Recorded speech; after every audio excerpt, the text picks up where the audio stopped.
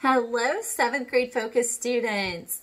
Mrs. Jackson here to go over week number 4 of your daily language practice. So you can check your answers, check your understanding. I'll explain the answers. And if you have further questions, need some more clarification, please message me on Canvas and I'll get back with you about it. All right, so question number 1.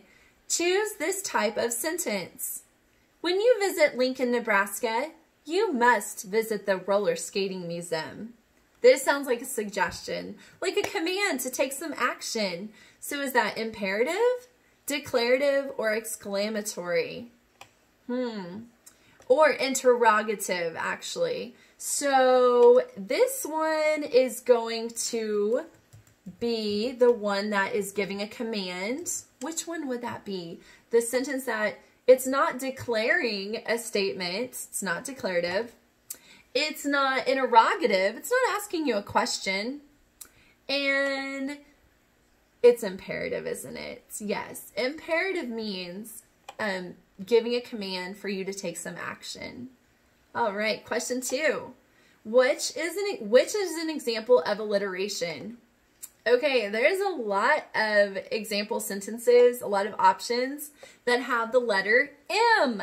But alliteration isn't the letter, it's the sound. It's the repetition of the same sound over like 3 or more words in a sentence. Okay, it has to be the majority of the words for it to be considered alliteration. So which one has the most M sounds? That's right. Mysterious. Massachusetts, must, let me scroll over here, must have mustard monsters. I know it doesn't even make sense. Don't believe it. It's just made up imaginary, okay? But it's alliteration because of the ma. That's repeated. I know there's a have thrown in there, but look at all the others. All the other words is what makes it the alliteration. Example, question 3. Rewrite the sentence with active verbs. Okay, active means an action. Okay, not a linking verb, not like is or are, but it has to be an action verb. Frogs appear to be heading for town. Appear is the verb, but appear is not an action. So instead, looking at your options, which one shows an action that the frogs are actually doing? Frogs are hopping towards town. That shows an action. That's something that we can actually like act out. We can act out hopping. Therefore, it's an action or an active verb. The others are not action, are they? Okay, question number 4. Add ing suffix to the following word. Vote. Well, to spell this, we have to remove the silent E on the end. So it's going to be V-O-T-I-N-G. V-O-T-I-N-G, voting. Drop your E. Don't repeat the T. If you did that, you'd make up an imaginary word, voting. So don't do that. Just keep one T. Question 5. Identify the predicate adjectives in the following sentence. Predicate means after the verb. So remember, every sentence can be split up between subject and predicate. Subject, who or what the sentence is about.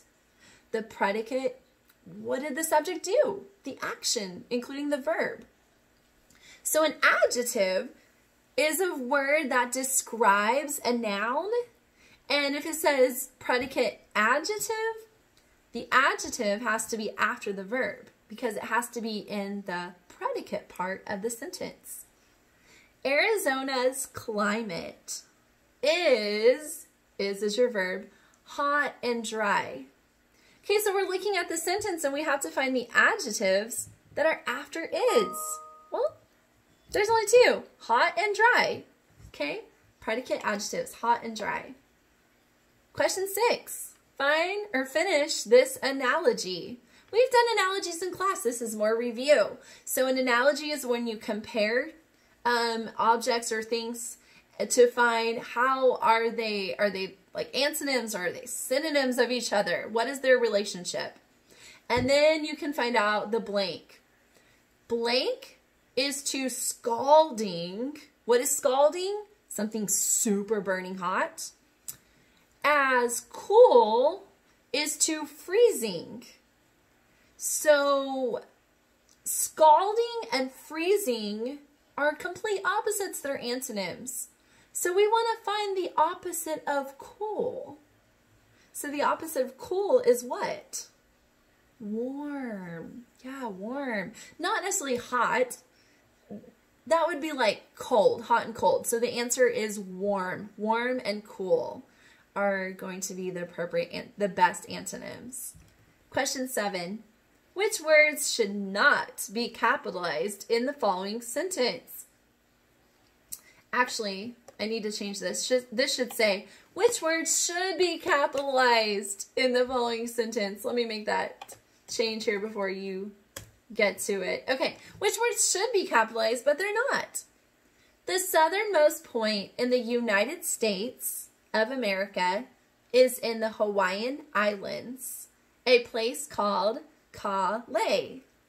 Okay, Ka'lae is already capitalized. That's good. It's a proper noun. It's a specific location. It's the name of the place.